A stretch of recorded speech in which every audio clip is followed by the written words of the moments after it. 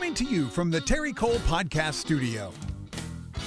Welcome to OSSB Inside and Out, a podcast about staff member and alumni experiences at the Ohio State School for the Blind. Each episode, we interview someone from the Ohio State School for the Blind about their experiences. And now here's your host, Brendon Hamblin. We are back after a very unfortunate long time due to life and everything else that's come along the way. We have made some changes to the production studio and all of that. Dedicated it to my late grandfather, who we lost due to COVID back in July. It's now, by the time you guys are hearing this, it's now October.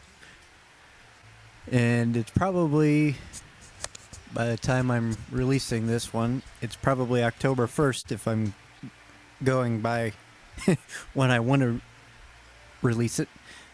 Today's episode, I've got OSSB former student Crayton Benner, who, when did you start at OSSB? 2004. We started that year in August, the last week of August of 2004. I started October of 04, so I wasn't too far behind you. And no, not really. No, not really at all. And you left when? I left on, it was in May of 2014 is when I left and went to public school afterwards. Okay, cool. So you had a mix of OSSB and real public school experience. That's correct. Yeah, that's correct. So what have you been up to since leaving OSSB? Wow. So I had went, as I stated earlier, to public school, and I went to one specifically for 1 year. It was very close to me. In fact, I was actually able to, I could have easily walked there, and but they denied that, and they said, no, you're going on a bus. So I said, okay. Whatever so works. I'm like, fine, I'll go on the bus then, but I'm like, I enjoy those walks. Right. So I did do that, and I that was my first year in public school, which would have been my sophomore year, and that went extremely well, pretty much. Ran into a few snags here and there, but other than that, it was not bad. One of the things that I remember the most is doing marching band with completely sighted kids. There was no visually impaired kids there at all. They were fully sighted, so it was very interesting to learn that and experience that, and to go on band shows that we didn't get to do at the Ohio State School for the Blind. So it was very interesting. Doing competition that year, we had to practice for hours for that. Not only physically, but mentally, we had to practice for that. So that was a lot of fun. And then after my 10th grade sounds year, like you got a challenge. Yeah, Had a challenge. it was a huge challenge. It was a big challenge after the practice was all done, and then we had to sit back and watch the DVD that they sent to us, and then after we watched that, we had to talk about what we did wrong, where we went wrong, what we got right, and I mean, it was a huge thing that year, and that was the biggest. And one thing I remember the most about it was the principal was not happy because we didn't have an award. Aha. And so he was not very happy, and he just gave us a stern look after competition. So we just a stern look and a stern lecture. I almost forgot about the lecture, and that we had that lasted most of the band period. So I mean, that year was pretty cool. A lot of neat things. I learned how Friday night football games worked. Okay. I learned what it was like to do. Did we do 2 shows that year? No, we didn't do 2 shows. We did just 1 show. What it was like to do a show on the field at halftime. which I was already used to that because at OSSB we already had done a couple of high school football games. For an example, one year we did Bexley. If you Right. remember that, we did Bexley a couple times. Yep. So that was a lot of fun. And so, it was pretty nifty. I learned all that. And then my junior year and senior year, I had moved. And unfortunately, the school where I was going was almost a couple hours. And so it got to be quite a trip to travel back and forth. I did it for about 3 months. And finally, at the end of my sophomore year, I had a meeting with them. I said, guys, look, I said, it's getting way too far. And I said, I need a way to get to school a lot more quick. I'm like, I can't hardly get to events. I'm like, if I were to stay for any events that you guys have, I'm like, I would have to unfortunately ask a friend if I could stay with them, and I'm like, this is getting way too much. Right. And I said, so what I'm going to do is transfer to a more local school to where I live now, and it'll work out a lot better. And it did. And so that's what I did. That May, we got everything set up, and then around early August is when I started going in and talking with teachers, talking with staff members, guidance counselors, etc., etc. So I did work on that. And that was a lot of fun. And I did band. My junior year, I worked on symphonic band, and I also worked on marching band as well. And symphonic band, for those who don't know, I'll just tell you briefly. I could spend a whole podcast episode talking about that, but I'm not. Right. So symphonic band is where you get into pieces like playing a lot of more complicated march pieces and playing a lot of, you might do some musical pieces, and et cetera, et cetera. So you tend to go beyond what you're used to. I'm used to concert band pieces because that's what I did for years and years. Well, now we're doing a lot of marching pieces, so you have to get used to sometimes eighth notes and then sometimes 16th notes, which, boy, them 16th notes, your tongue was moving a lot. And Right.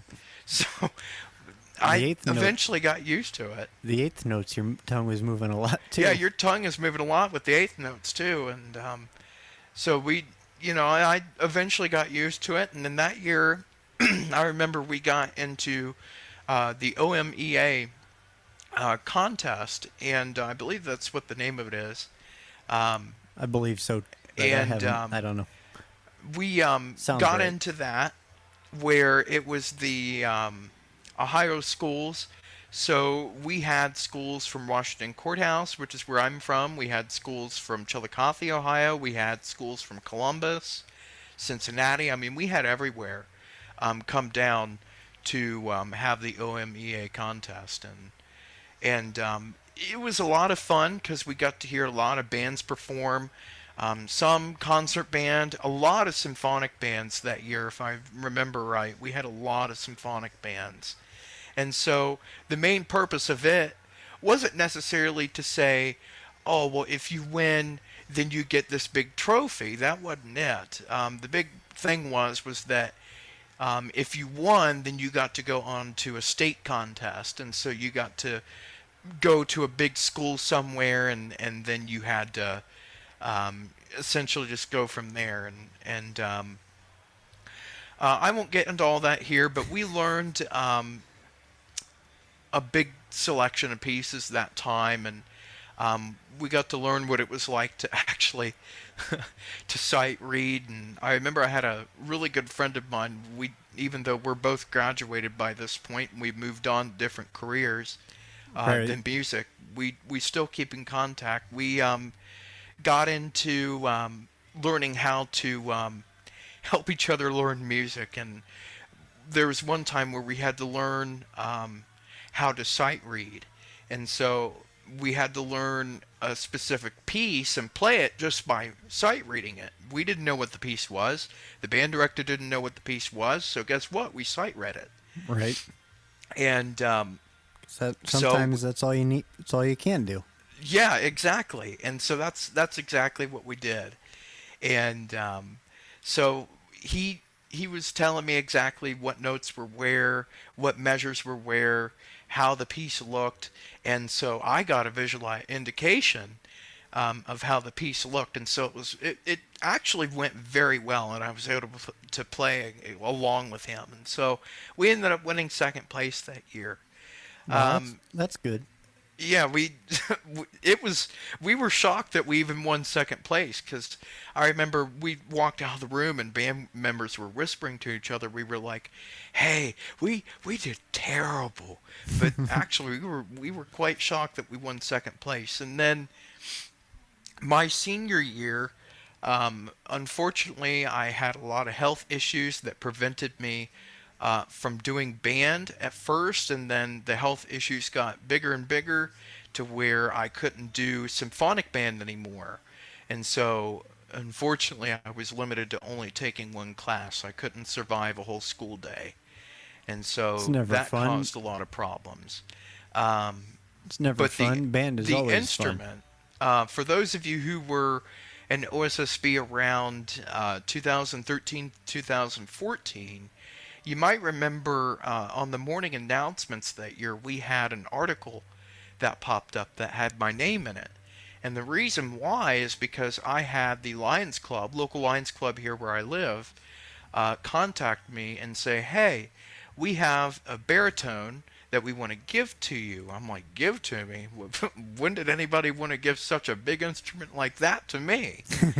Right. And so the article was actually Mrs. Brown at the time put the article in the library, and she had it posted up there for about a day or two. And it had a picture of me, and then it had a little bit about my boring life. But anyway, we it was a lot of fun, and unfortunately, my senior year, I told the band director, I said, "Look, you've been really good to me. Why don't I give to you this baritone, and you can do whatever you want with it? You can donate it to the school. You can keep it for your personal self." And he said, "I think I'll go ahead and keep it for my personal self." And it was funny. I asked him one year during band alumni, which is where all the previous band members come back. Right. And we come back and play with the current band members. I asked him, I said, "So, Mr. Hoffman," I said, "so did you, what'd you do with the instrument?" He said, "I still got it." He said, "I don't let no other kids touch it." And I thought, wow, boy, you're real strict. He said, but no kid needs to be touching that. Right. And I pretty much found out why he didn't let any other kid touch it is because of the fact that the guy who owned it before I did had played with the Ohio State Marching Band, and it had his name and it had the Ohio State signature at that time on it. And so it was a very special instrument. And as far as I know, I'm about to find out this year because we're going to have an alumni night. I'm about to find out whether they still got it, and if so, I'm going to either make sure that it gets to the band director that I had, or make sure that it gets to one that I know very well that goes to that band directs a different school. So anyway, my senior year, after I got all the health problems done and over with, everything went very well, and I graduated. They called me up. "Here's your diploma." Okay. Right. So I got the diploma and walked out of there. Of course, all the other kids stayed and chatted. I was like, "Yeah, I need to go home." So I went home, and I actually moved after I graduated to a quite large city about 30 minutes from here. And I actually started a Bible study ministry with a lot of churches after I had left and graduated and moved. And I did that for almost 2 years. And that was a lot of fun. There was a network of churches that there was probably at least 5 or 6 of them. And we would do park outreaches. We would do anything like if people needed food, we would make sure they had food.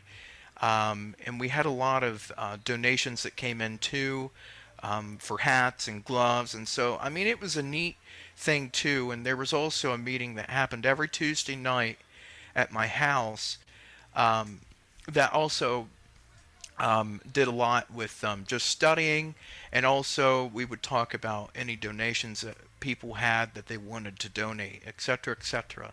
And all the fun And stuff. and yes, and sometimes those meetings were boring, sometimes they were excellent. It just kind of depended. Um, and so then I was about ready to start back up the meeting again because in the winter, um, that year specifically was really bad in terms of snow in that area. And so nobody could hardly get out. In fact, I hardly got out during the week. And so everything I Sound- did was online. Sounds about right for winter in Ohio. Yes. Unless you go to Alaska, but we won't go there in this podcast. But Yeah.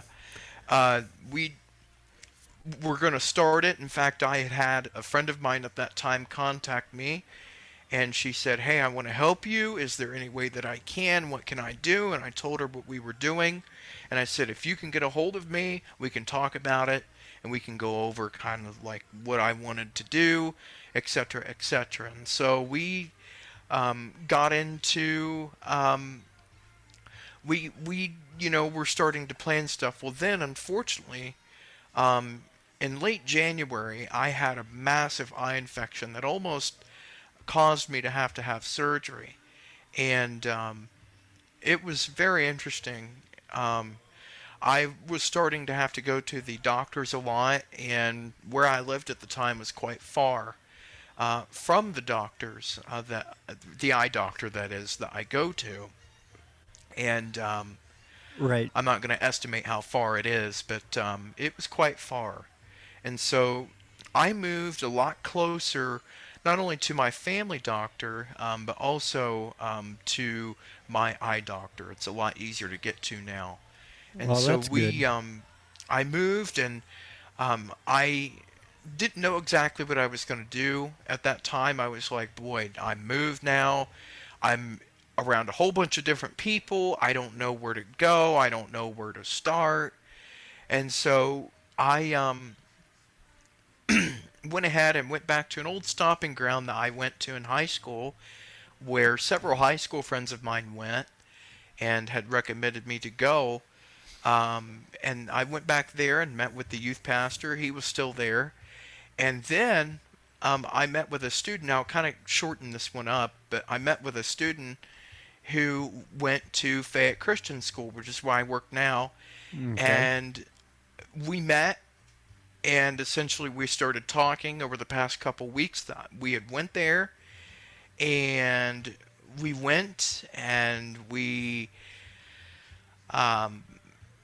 contacted each other, and I found out that he went to the church that is right next to Fayette Christian School. It's actually in the same building. The building's kind of a weird L-shaped building because it's got two parts to it. You got the school part, you got the church part.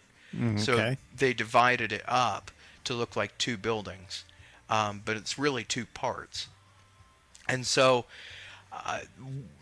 I went to the church on Sunday, met with the main head pastor that's over the Bible section, and who's over all the school section too. So he does all the enrollment, make sure that the kids get enrolled, make sure they have all the materials that they need, etc., etc. And so him and I met, and immediately as soon as we met, he asked me if I could come and speak. And my friend said, if you can have him come and speak, I think the kids would really like it. And so that day, the pastor and I, we met, and we got that situated. And he messaged me, or I messaged him actually, and he said, can you come this Wednesday? I said, well, yeah, I can come this Wednesday. I don't have anything going on or anything. And so I came that Wednesday morning, and I gave the kids a lecture, gave them a little lesson. Right. And immediately he said, can you come back the next week? Well, unfortunately, what we didn't remember is that, number one, the next week was all about the senior trip. So we couldn't do it then. Well, then we tried to shoot for the week after. Well, guess what? The week after was junior high and high school quizzes, their final exams. So we couldn't do it then. Well, him and I stayed in contact during the summer, and we would talk about the year after. And so we got into all that. And so I came that following school year, and immediately him and I met again and kind of went over the material that we were going to have. Right. And all And that fun stuff that needs to be done. so I spoke to him. I started out doing part-time. So there were times where I would come in and do work for him. Sometimes I wouldn't be in at all. Sometimes I would do work directly from home. But eventually, he came to me and he said, "Crayton, I need you to come in full-time." He said, "The kids are really wanting you to come back." And I'm like, okay. I'm like, what are you trying to tell me? He said, "Can you just come in full-time?" I said, "Okay, I'll come in full-time." And so I started full-time, and essentially my job is to do a lot with the material. So I do a lot with going over the material, making sure that material is acceptable to read. So basically proofing. Yeah, so I'm proofing a lot of the material. If you want to be Englishly correct, but and not only that, I also have a job where if any part of the Bible staff is out, I go take in their place. Okay. And so that can be a challenge from time to time, because sometimes you don't know what you're getting into. Right. And so you have to go through and be like, okay, so what do you want us to do now? What do you want me to do? Where do you want me to read? Most of the time they have everything laid out, but sometimes they don't. But that happens. Exactly. So then when I started working full time, I noticed a problem, and that problem was the book that we were reading out of, called Creation and Genesis, and which is by Ken Ham. Funny last name. He's actually from Australia.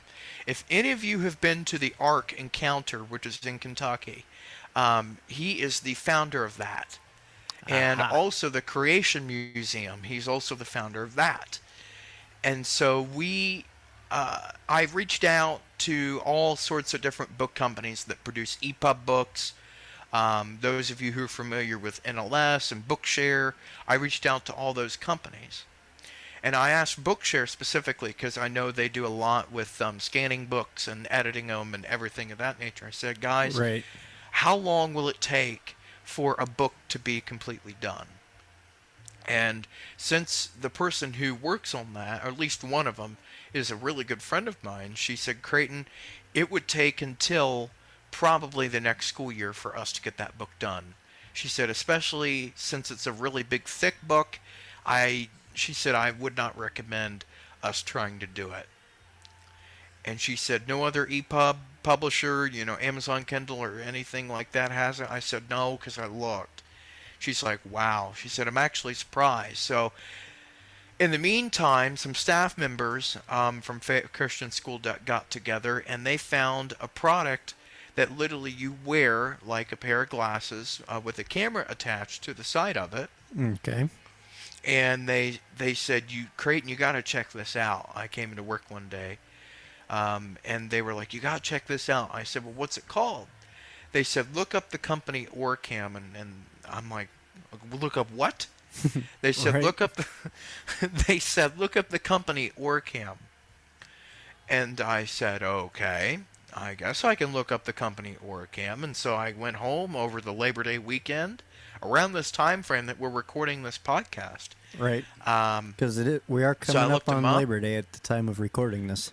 We are, and so I looked up the company, and I was quite amazed that you could literally either tell it to scan the whole page or scan a specific part, or just look at the page and it would tell you what was on the page, or you could use the pointing part to look at a specific line of text, or you could use your finger and have the glasses follow the specific part of what you're moving your finger towards. And so Okay. I was Sounds- quite impressed. Sounds revolutionary for... Yeah, and it really is. And I was quite impressed with what I saw. And so I came in, I said, whatever it takes, whatever great lengths we have to go towards, let's go ahead and do it. And so the staff got together again, and they said, well, how do we want to do it? And so they said, let's do a fundraiser with the school.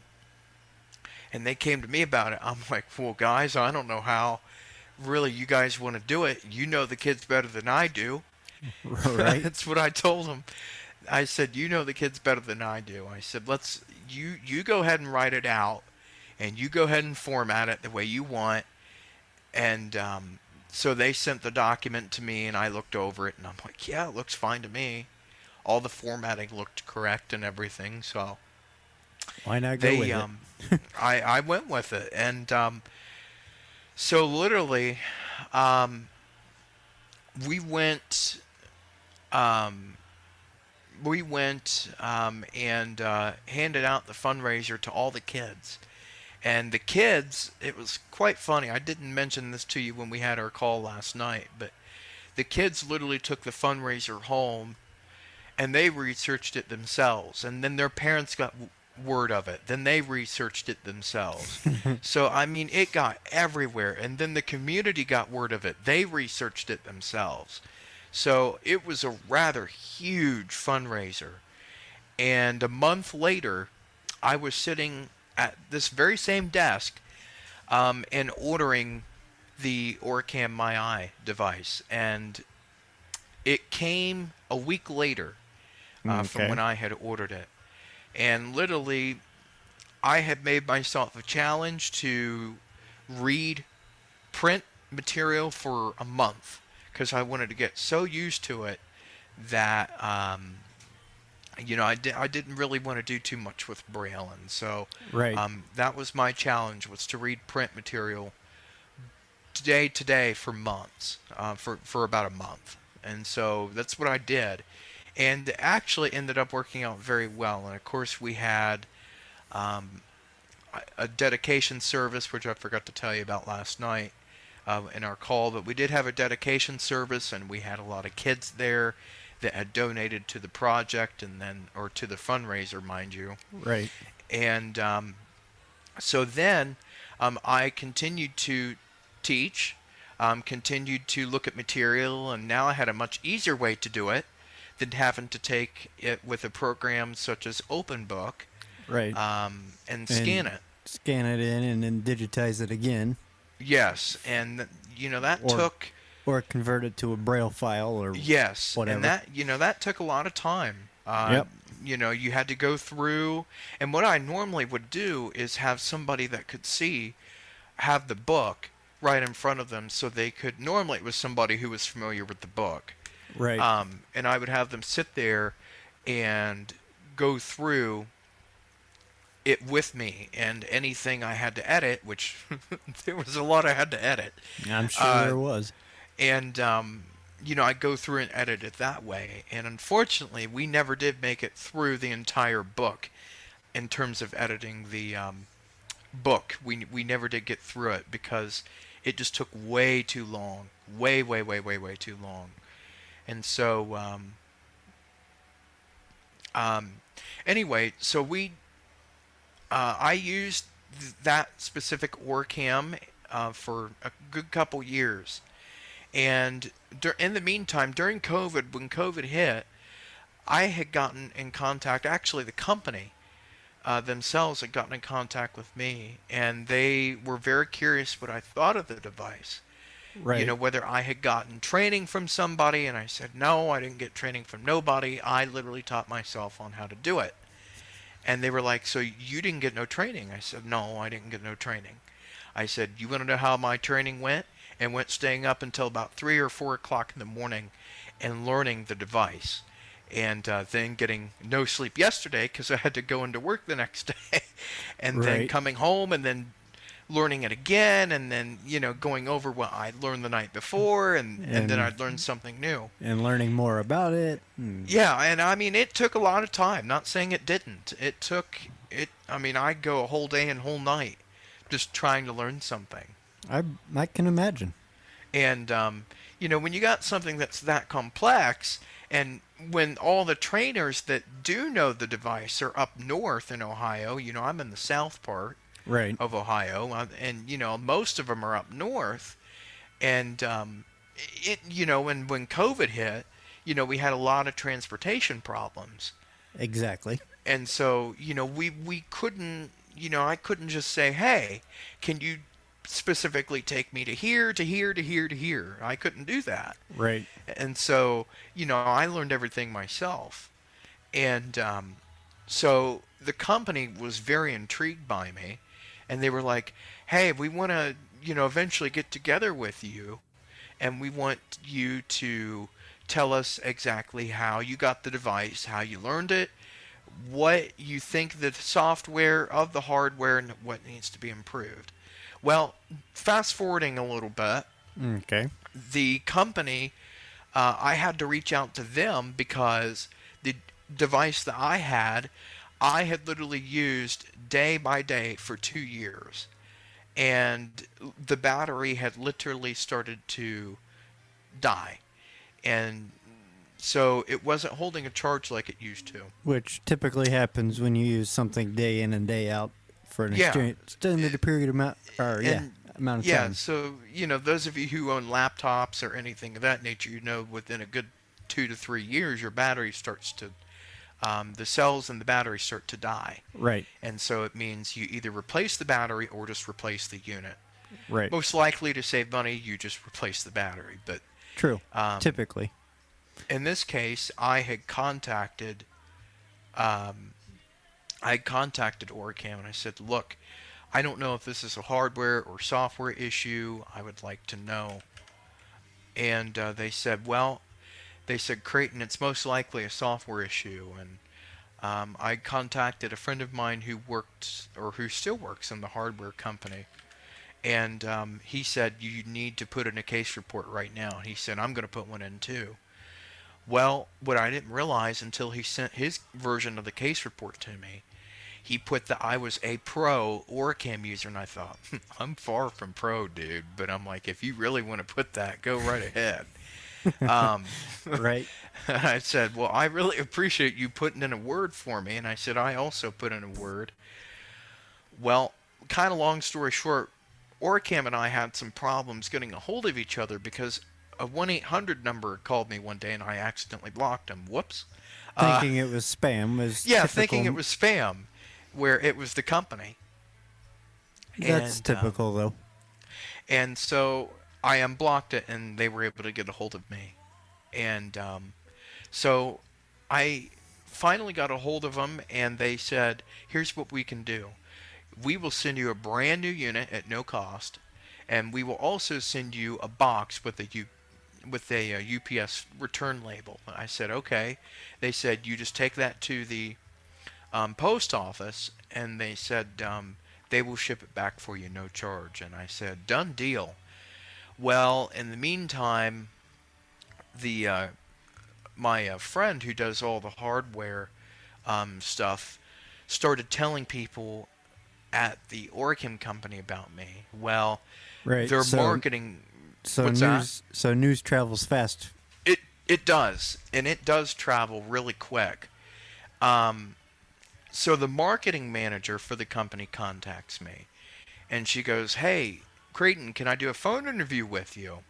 I said, "Well, sure, you can do a phone interview with me." I said, "It's no big deal." And so we set up a time to where we could do one, and finally, we got one done, and then she puts in a word at a agency who deals with news interviews. So TV stations like the BBC, TV stations like the Today Show, different TV shows, Right. Fox News, CNN, all those shows. And so the marketing manager for Orcam put in a word with the agency who deals with all that.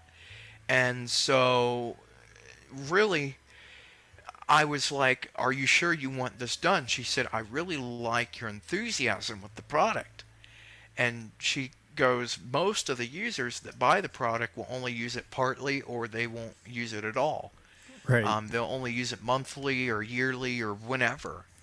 And so she said, "Really, I think this needs to be done." And so she put in a word there, and immediately I got a contact, an email from the agency directly. And the lady who runs it, she said, "Can we have a phone interview?" I'm like, "Another phone interview? Wow." Um, and so we immediately we got a phone interview done, and she said, while we were doing the phone interview, she started typing out a report about me. And so now that report has been sent to a whole bunch of different TV stations. And she said, "Don't be surprised if it takes a while, because COVID has all these news reporters like literally tied up." And I said, "Well, that's Right. fine." But she said, it's literally been sent and it's being worked on. So literally my job with this company now is to I have several jobs that I do. Number one, I travel to different people's homes and I'll demo the product Okay. to see if they're interested in it or if the product's for them. And my second role is to have interviews with people about the product, talk about what the product does, how the product can be beneficial. What can a product do like this in a person's life? And so that's my second part, and then my third part of my job for this company is to do outreaches, and so we'll have sometimes different shows, either on Facebook Live or different shows like different areas like that. We'll have different conventions that we'll go to, and the Orcam will be shown there. Right now, there's really no Facebook Live or anything that I have gotten asked to do, but Okay. I know that they want me to in the future participate in a lot of other ones. So I'm just waiting on when I get an email to say, "Hey, can you participate in this, please?" And so Right. literally, since I had left OSSB, that's literally what I've been up to. So literally every day, I literally have something that I can work on. Well, that's good. I don't have an excuse to where I can say I don't have anything that I don't have it. I don't have anything I can work on, because that's not true. Right. I always have something that I can do, and so every day presents itself as a new challenge from 6 o'clock in the morning until about 8 or 9 o'clock at night. That's when I decide, hey, okay, I'm turning it in for the night. I get it. So let's switch gears and go back to our days at OSSB and share any memories or Whew, okay. what have you from either. Well, I guess it would have been both our times there. Yeah. Wow. Well, kind of as a true fact, if I want to be correct, Brendon and I, not only did we start almost around the same time, but we almost were in the same grade. Almost. Did share math class together before you left. We did, and so we, got to see each other there. And there were a couple times, if I remember, back in elementary, where we had a couple gym classes together. I believe so, if I remember right. So, wow, memories. There's so many. But if I had to take just a few, I could waste a whole podcast episode on nothing but memories. But I remember one of the first times that I remember going to the Ohio State School for the Blind, believe it or not, it was actually at a track and field meet. If any of you remember the elementary track and field meets that we had. I do. Where we, had Papa John's pizza, which, oh man. Oh, I better stop talking about that. Now I'm hungry. So I had gotten invited by the School for the Blind. This is years ago, probably sometime. It was in spring of 2004. I remember that much. Okay. And I had gotten invited. I got an invitation to come up. And so I remember my mom and me and my brother and my stepsister at the time, we took a trip up there. We left here about 6 o'clock in the morning, and then we got up there about 7:30 in the morning. And before the school day started. Yep. And so that's when I got introduced to Mr. Peter Fish at the time when he was there. And those of you who go back, you might remember Mrs. Tall. I remember Miss Toll. And that's when I got introduced. You kind of got to to go a little ways back to be there when she was still there. But yeah, because she retired in about 2007, if I remember correctly. I used to have the yearbook where she had retired. But I don't have that anymore. I couldn't tell you when she retired, but that sounds kind of right, I guess. I don't remember. And so we... they all the years have blended together. It has blended because it's been so long. But I remember I met her and Mr. Peter Fish, and so we got to talking, and I was very shy at that time, as expected, but yeah, I really started to like both of them, Miss Toll and Mr. Peter Fish. I really began to really like them very well, and then I started to meet some of the students. One of the ones that really stuck out to me, even afterwards, was actually Olivia Bump. Aha. She was the first one that I had met. As a matter of fact, all three of us were in the same math class. We were. I don't know how it happened or why it happened, but we had somehow ended up all in the same math class. Yeah, we, Brendon, me, and Olivia were all in the same math class together. I feel like Olivia sat right behind us. Yeah, and you and me sat at the same table. Yeah, I feel like there was somebody else in there too. We had Thomas Alfred in there. Oh yeah, that's right. Thomas and then we had Taylor. And Casey. Yes, Casey was in there as well. But that was an interesting math class. An interesting group of students, that's for sure. That's for sure, because all of us, we just... we all got along, but just pulling in from different grades. Yes, because Casey and Olivia and Taylor and me were all freshmen, and Brendon was a sophomore. Sounds about right. And so because we were in the same lunchroom too, dining room 3 is where we were. We were in dining room 3 together. I remember Casey and I had English and math together. Yes. Yes, So that sounds about right. So we'd go diagonal from English to math and then wherever on from there.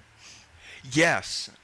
And so one thing I remember too was that back when I was a freshman and I was still going to OSSB, you had English first with Mrs. Saxton at the time, Mm-hmm.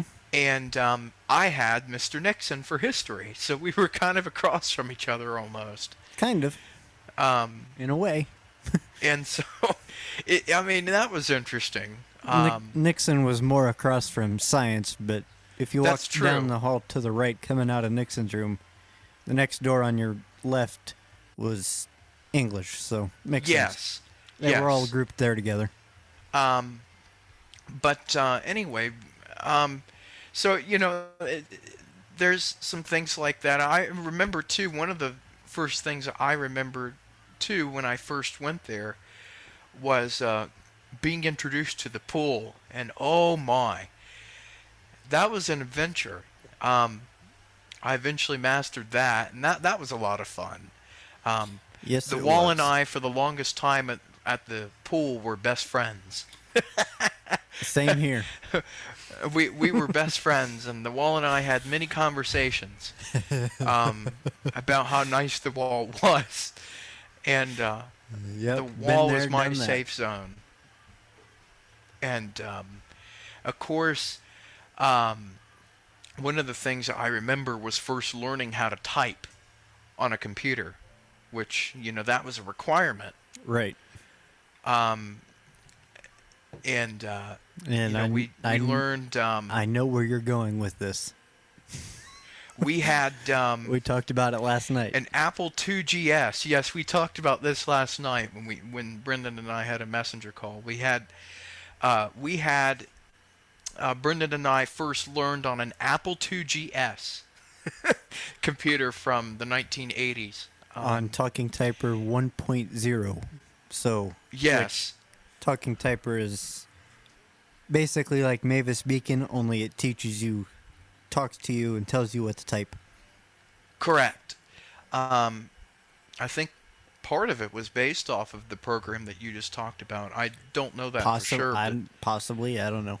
I couldn't tell you. I think they both have the same idea of where you have to choose a lesson. Yeah.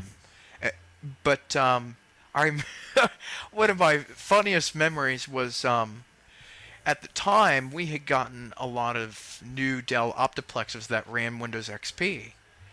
And for those who remember those, one of the things you remember is that they had a floppy drive on the front. And we had serial and parallel ports, and we had a lot of USB ports too. Well, I got really curious because I put in one day the floppy disk.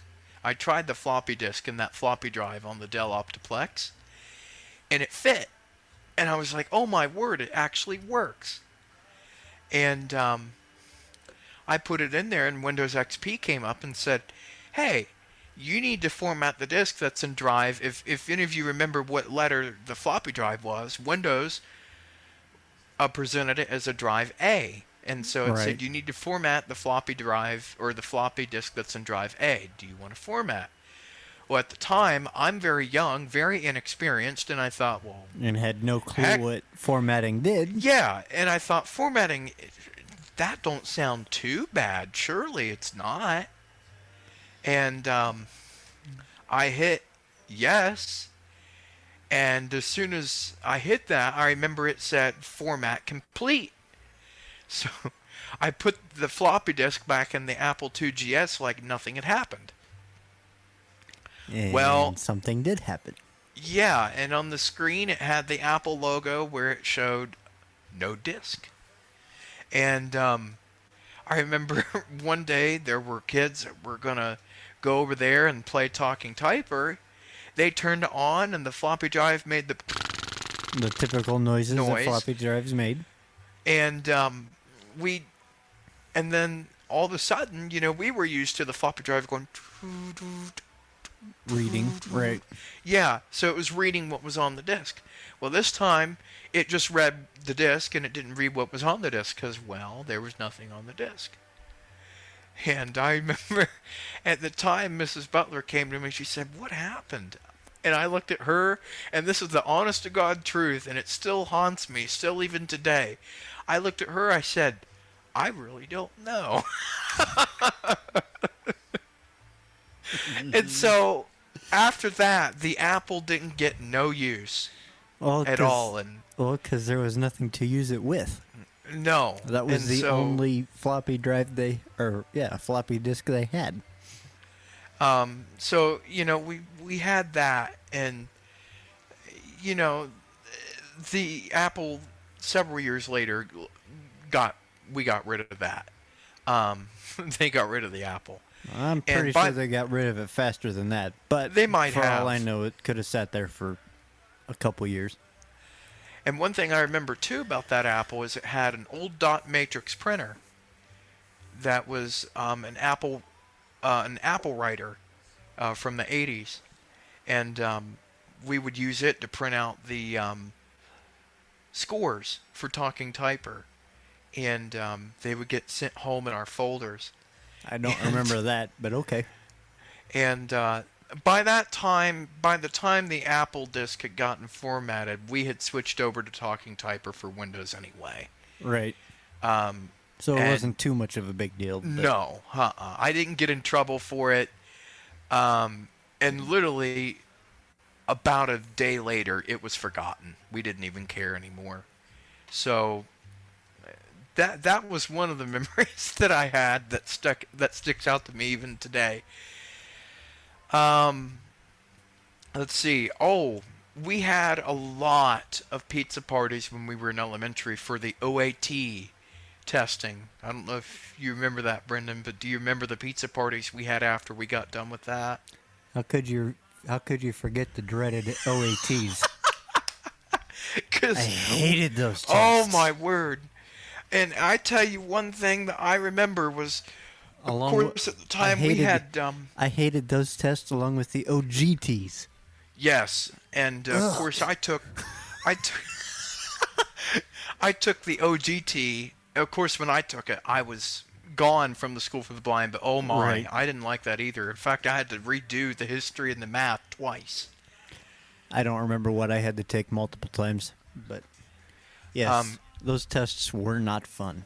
They really were not. And so, but one thing that I remember, especially about the OATs in elementary, which when I was in 6th grade, they changed it to OAA. Yeah, sounds about right.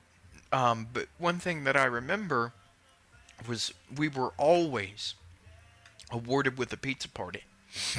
Yes. And they always got a big order of Papa John's pizza and then got a big order of desserts from different places. And boy, we look forward to going into that. It was in the old building at the multi-purpose room. Sometimes it was in the basement. Yes. Yeah, depending on how many kids we had. Or what was available at the time. Yeah. The times that I remember it is we had it in the multi-purpose room. Which was originally the music room back in the day. Correct. It used to be the music room back in the day. Before Because Agler. it had the stage in there and they had a sound system still in there. Right.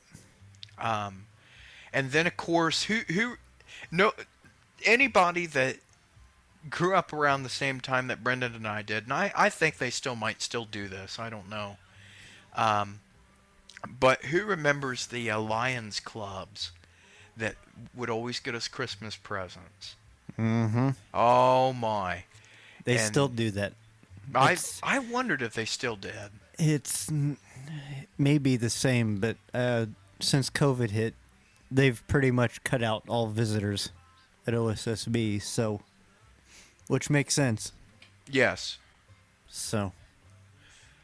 So Yeah. But as far as I know, they still do it. So I mean, we got everything from talking watches to, girls was Polly Pockets. That was huge back then, and Yeah. To we RC had cars. guitars and the good old RC cars. Oh yeah. I remember one of the first things I remember getting was a guitar, and Okay. about a day later, the G string broke on that, and I thought, wow, okay, So much for that guitar. And so that was a lot of fun. And I remember, I believe we did this for probably, a good couple years in PE class, and then I think they'd stopped it. But we did the bike rides on the track. I don't know if you remember that, but we took. How could you forget? We would go over to the pool and get the bikes. Right. And then we would take the bikes on the track. And back then I just didn't like it, but later on I grew to really appreciate bike riding, and that was a lot of fun. Oh, I loved riding the bike. It was better than running around the track, that's for sure. But that was really, like I said, later on I learned to appreciate it a lot, and I was like, wow, okay, I don't want them to get rid of it, but unfortunately they had stopped it. Yeah. Speaking of track, do you remember? Do you have any idea where the track originally was when that building was put in there? Which one? The old building? The original building. Oh wow, was it in the back? No, it's not where it currently is now. Okay. Remember where the big toy was? Yes. Yep. It was there, out front. Wow. Okay. Wow. And wow, that was pretty incredible. Mm-hmm. And back then it was just a dirt track too. So. Oh wow. Mm-hmm. Okay. Of course, I remember a lot of the concerts that we did. We had 2 of them each year, 2 recitals and 2 concerts. Holiday and spring. Holiday and spring. Although what's kind of strange, one thing, Brendon and I were talking about this last night, was that in 2004, we had a concert in November. Yes, November. I'm trying to remember the date. Thinking. If I had that tape still, I would tell you, because I put the date on there. I'm thinking it was like the 9th or something. It was very early on in November. I'd have to pull out the DVD to see, but yeah. It was early November. So, I mean, that was very rare. And ever since then, they hadn't done a concert like that since. Right. And so it was rather interesting because we just, we did it that one time and we never did it since. We always had the Christmas ones in December, and then the spring ones would happen in May. Right, which they still do. Well, yes. They're different now that COVID hit, but it's more virtual now, or it has been. But yeah, it's basically the same thing. But, I mean, those were really neat. And, Brendon and I remember I participated in the recital. You did too for a while. There for a couple years. Not very many. But no, with Miss Roble. Oh, yes. Yep. She was one of the piano teachers, I remember. And, let's see. Of course, those of you who were at OSSB at that time, you'll remember the can dance that they had, and it was when we brought in a lot of cans to collect for the food drive. If I remember right, that's what it was for, wasn't it? Yep, it was. We had to bring in non-perishable food items and/or cans, and boy, did we! I think that entire front lobby of the original building was full. Was packed. I can remember coming in every morning and going past the can box and looking at it, and I was like, wow, this is full. They had them stacked up against the trophy case there in the... Yes. They had them stacked up everywhere they could, honestly. They did. If I remember right, it even hit several classrooms. They had different boxes that they would put in there. Yeah. And several different classrooms, because the one in the lobby just got so big. But that was a big fundraiser. It was huge. donate. Well, yeah, fundraiser, I guess it would have been.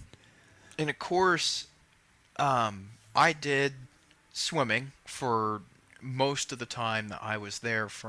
I did from about second grade, third grade, if I remember right, is when I started. And then I continued on until my 8th grade year. And then my 9th grade year, I didn't do swimming at all that year. Uh-huh. But the swim meets were always a good time. You were We there. always had such a good time. You were there when the pool caught fire over Christmas Yes, break. I was going to mention that. The pool itself didn't catch fire. It's the equipment outside It's of the pool the that equipment caught fire. outside the pool that helped, I believe, that kept it running. that maintained the heat. Wasn't that what that was? That I don't got know. I on don't know what it fire? was But one that of the caught- things that got on fire outside, and I remember coming back, and one of the things we were told was, "Don't report to the pool. Go to the gym." And I thought, "Ooh, Something that's a happened. little odd." Now, I do remember a couple times where the pool was being repaired or something like that, where we would have to go to the gym, but that was kind of rare. Or it was too cold to go from the doors there by Miss Hubbard's room to the pool. And that was Correct. That wasn't even 10 feet, I don't think. That had to No. have been a little more than that, but it wasn't far at all. Which I think I remember they only did the "it was way too cold" thing, I think at least one year that I was there. A couple times that year. They didn't do it often. No. Because, it didn't get cold. It got cold, but not cold. Right. Not- And of course, Not as cold as it's been no. here. I don't want to say recently, but past couple Well, within years. the last couple years, it has been super duper cold. But we always had a good time with swimming practices and swimming meets, and Pool days were always Tuesdays and Thursdays. yep, and gym days were always 3 days a week. Monday, Wednesday, Friday. Pool days took a lot, I remember, out of the teachers and out of the students that day. They always they were a lot on the kids and on the teachers, so I think that's why they did it twice a week, because it was just so much. Right. You had to get the pool ready, you had to get the kids ready. I mean, there was a lot to it. Were you there but, when we did scuba diving in the pool? Yep, I was there, and that's when we Definitely, definitely an interesting experience. in that's the where pool we of had to all go down places. and get the pennies, right? Yes, that was close to the end of the year, because Yes. we would always have to go and hunt for pennies towards I would cheat. towards the end of the year or the last day in the pool. Yes. And I would we got to keep whatever we caught. whatever we got. So I remember that year my mom had gotten me a pair of swimming trunks, and they had big pockets in them. I remember that. And I would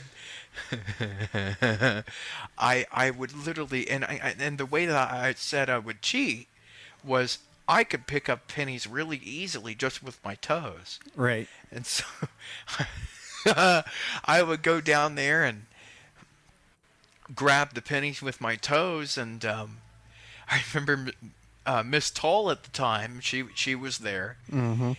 She looked at me one day. She goes, "How are you doing that?" I said, "I really don't know." I said, "Watch." And so she watched. She was like, "Oh my word." And so she looks at the other kids. I remember Olivia and Josie and a couple others were with us at the time, and she goes, "Can you guys do that?" "No." And so that was pretty impressive that one year. And so I did that, and I had my pockets, pockets full of pennies. Right. And so that was a lot of fun. And one thing I remember too was we always, if for whatever reason you couldn't have, if you couldn't swim, they always had an exercise bike there. If you remember, it was one of those bikes where, you just pedaled and it would tell you how long you've been on the bike and how many miles you've went. Right. I think But I they did always that at have one least. over there. I think I did that at least once or twice. I remember I had to do it at least 3 times back then because I was going through a lot of eye surgeries. Mm-hmm. So I remember I couldn't do anything in terms of, going Being in the to water. being in the water. I told them I can keep my hat. They're like, no, you're not going in. But I can keep my. No, you're not going in the water. I was like, dang it. And the bike was always down at the deep end of the pool. Correct. And I remember one time I was given ducks to play. Those toy ducks. Yeah.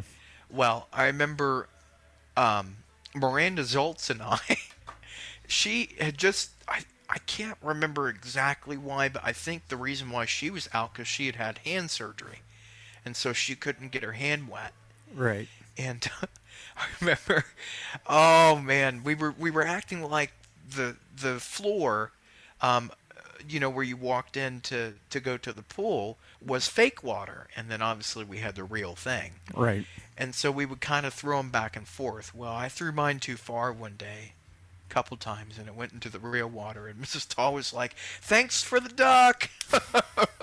So they got an extra duck. Sounds like Miss Toll. Oh yeah, that's one. And one thing I remember about her too was she was very enthusiastic, very, very, very outgoing, and She was a good teacher. she had a really good relationship with the kids. Keep trying to get her on the podcast, but I haven't tried it She here lately. needs to. And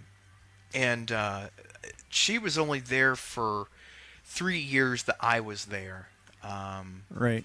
And so, I remember it didn't, we, I didn't have as much time with her as some of the others did, but oh my word, she was a lot of fun. Yes, she was. She was one of my favorites. Her office, if I remember right, was actually in the girls' locker room. Yep. Peter Fish's was in the boys. Yep. So, it was actually really good. Now, were you there when we had the one time in gym class where we climbed the wall? Yes. Okay. I think they did that with multiple classes. They did. And so I remember we had to get harnessed up and we had to climb it. And helmets and all that. Mm-hmm.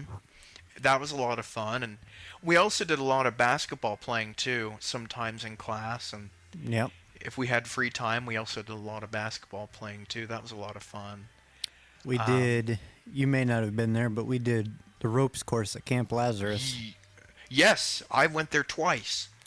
The one time I went, I got not even probably 2 feet out off the platform onto the wire and literally froze. Oh, yeah, I remember that. Now that you speak of that.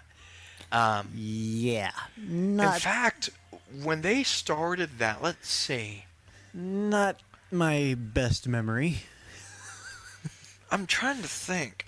I was in 5th grade when they started that, I think.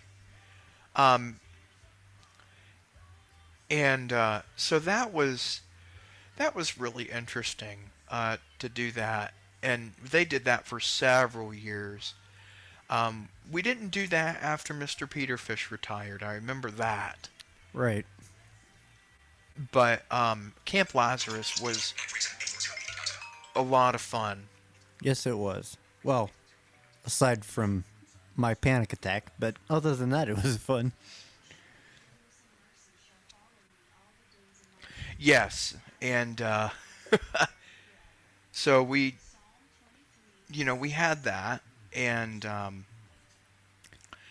let's see. I mean, there's just so much, but that's just a few. memories. Speaking of the pool, you remember when we'd get done with track and field day? We always went to the pool. Almost always went to the Yep, pool. almost always went to the pool. And we swam for about That 20 was, minutes. Yeah, That that was a was lot of fun. till the final bell ring at 3:15, or they're close to 3:15.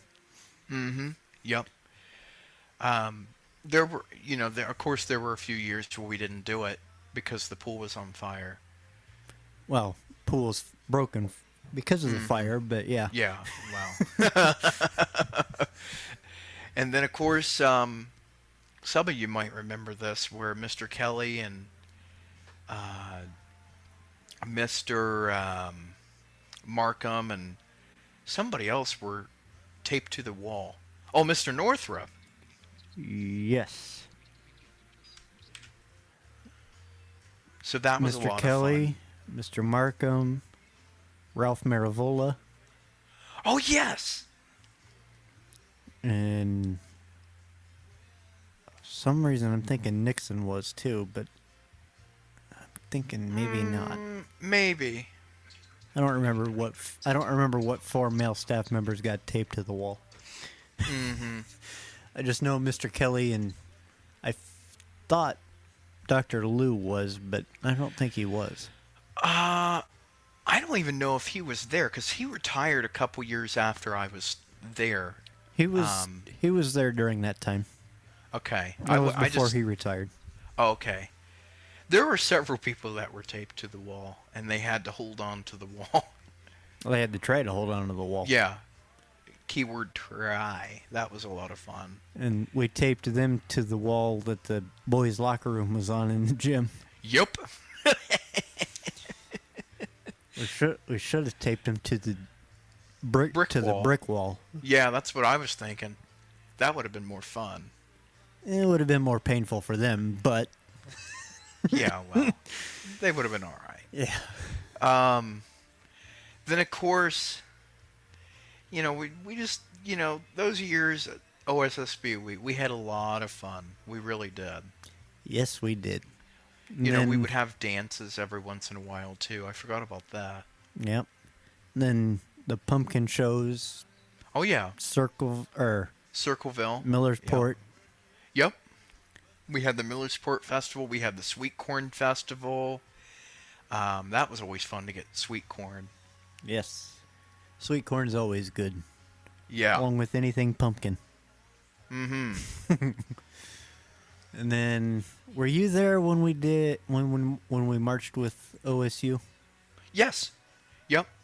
I was. Once in a lifetime opportunity. Yep. I was there that year.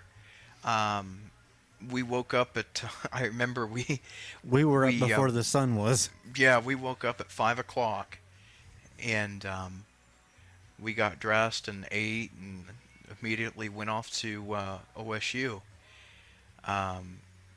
And ever since then, I have not been to an Ohio State football game. That was the only one I've been to so far. And that was the only one I've ever been to, too. So, that was so much fun. That was a lot of fun. Working up to it. Well, yeah, that was quite interesting. We got it done, needed though. it, right? And then, was this before your time, or am I aging myself here? The trip to Seattle. I had left by that point, and so unfortunately I was not able to attend. But I remember us planning the trip. That was 2011. Yeah, that was I remember that night that we had him on Skype, and we were planning, just talking about the trip, what it would be like. That was a different trip. Was that a different trip? That may have been Chicago. It might have been. Right. Seattle was in 2011. Okay, no. I was there for that, but I wasn't in band at that time. Aha. Okay. I came immediately after. That was my first year in band. Was that was the trip where it rained, wasn't it? Yes, that's where half of us got soaked, and the other half that took the other route out to Seattle didn't. And the half that did get soaked, the instruments, the uniforms, all of it got soaked because they didn't have tarps to put down because it never rained out there. It never rained, yeah. I remember that. Wow. So- Just so many different memories. Yes. And then Agler retired in 2016. 15. Or no, 15. That's right. That's right. Because You're right. my last year was with Miss Johnson as music director. Mm-hmm. Or maybe my last 2 years. No? No. Agler retired in 15. Yeah. Because I remember I had just ended my 10th grade year when she retired. Okay. Sounds right. Wow. Of And course, then- all the then- choir trips we did. Yes. And then I got to do dump the bucket of ice water on her for the ASL challenge. Oh, I remember. I remember that. Yeah, that was a lot of fun. I remember watching the video when that came out. Yes, that was a lot of fun to dump the ice bucket on her. And it was colder than she thought it was going to be. Yeah. We had just put the ice in the water, so we didn't think it'd be too cold yet. Yeah. But yet. apparently getting it from by her desk to the back door of the music room to outside, it had shaken it up just enough to get it just cold enough to... Yeah. But we've had Yeah, that- some great times. We did. We did. I went there for 10 years, and I would say the 10 years was definitely worth having.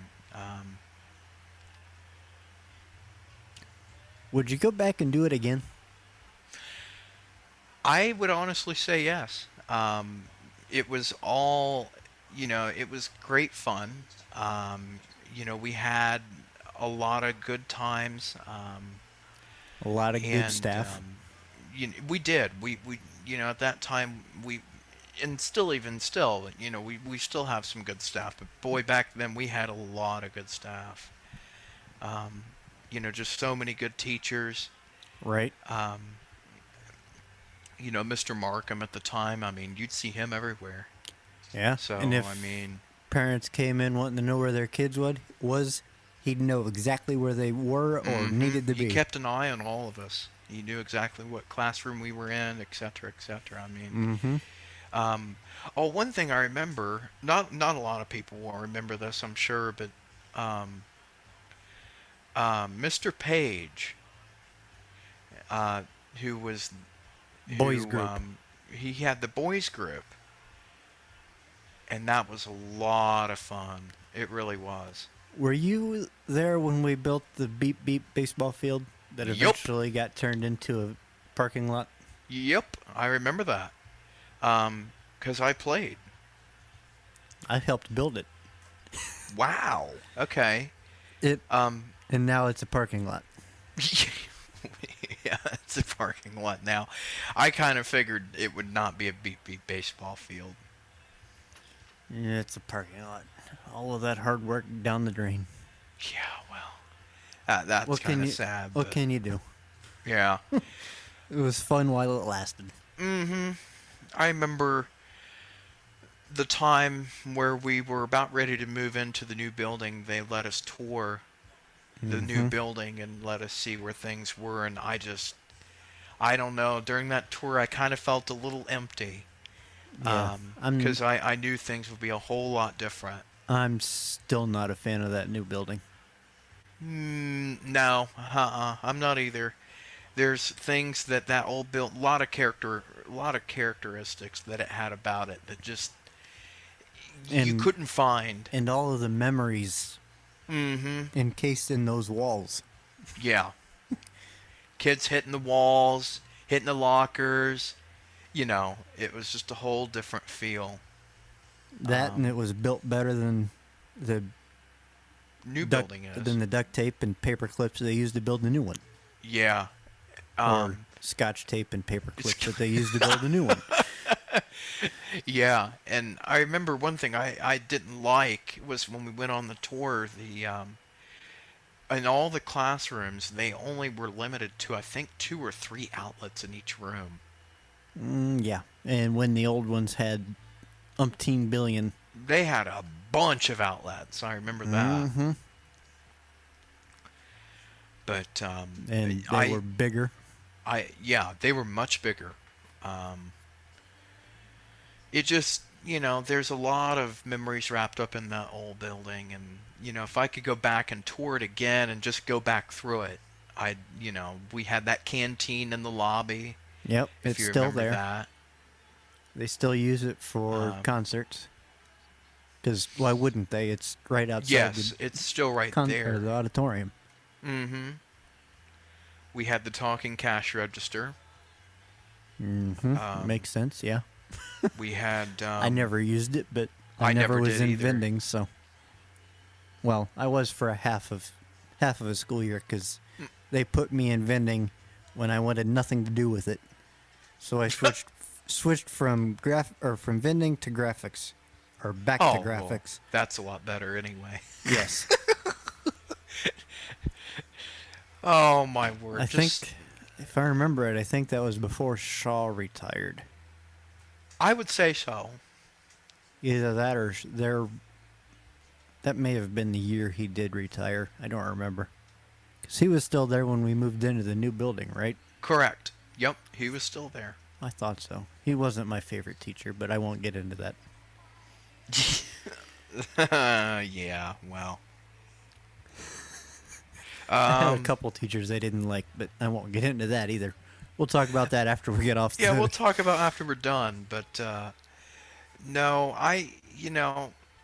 just so many memories. I mean, I could sit here all day and go through all of them, but I'm not. Right. So, yeah, that was a nice trip down memory lane. It was. With some stuff that most people have never heard of or may not remember. You remember more than I do, so. Well, I don't know how. I don't know how because either. I was only there for 10 years, so I don't know how. I was there from October of 04 to graduation of 16, so I had you beat. By a couple years. At least 2 or 3.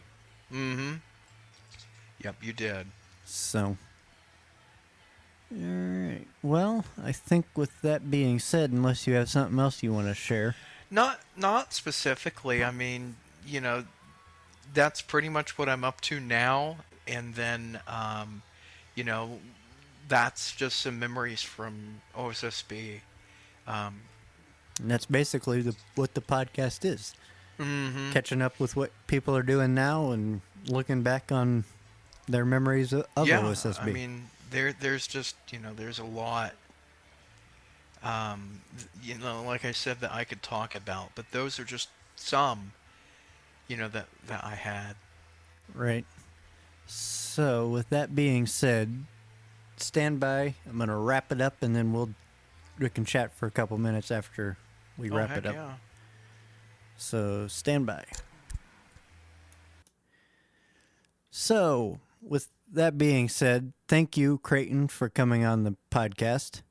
And join us next time for whoever we have. At the time of recording this, I have no clue when or when we'll be back with another episode. So stay tuned to the Facebook page by searching for OSSB Inside and Out Podcast on Facebook. Or you can email us at OSSB Inside and Out. No, what's that email? I don't remember the email. That's bad. Where is that email? Come back here. I hate when I... All right, the email is OSSB.insideandout. or OSSB.inside. Contact us on Facebook. It's easier. And until next time, make sure to follow us on the iHeartRadio app or wherever you get your podcasts. And until next time, bye for now. Well, did you like the show? No, I didn't.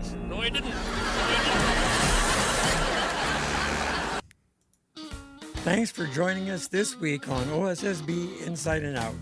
Make sure to follow us on social media on Facebook, Instagram, and Twitter by searching for OSSB Inside and Out Podcast to make sure you don't miss any future episodes. Find us on the iHeartRadio app or wherever you get your podcasts. Thank you for listening.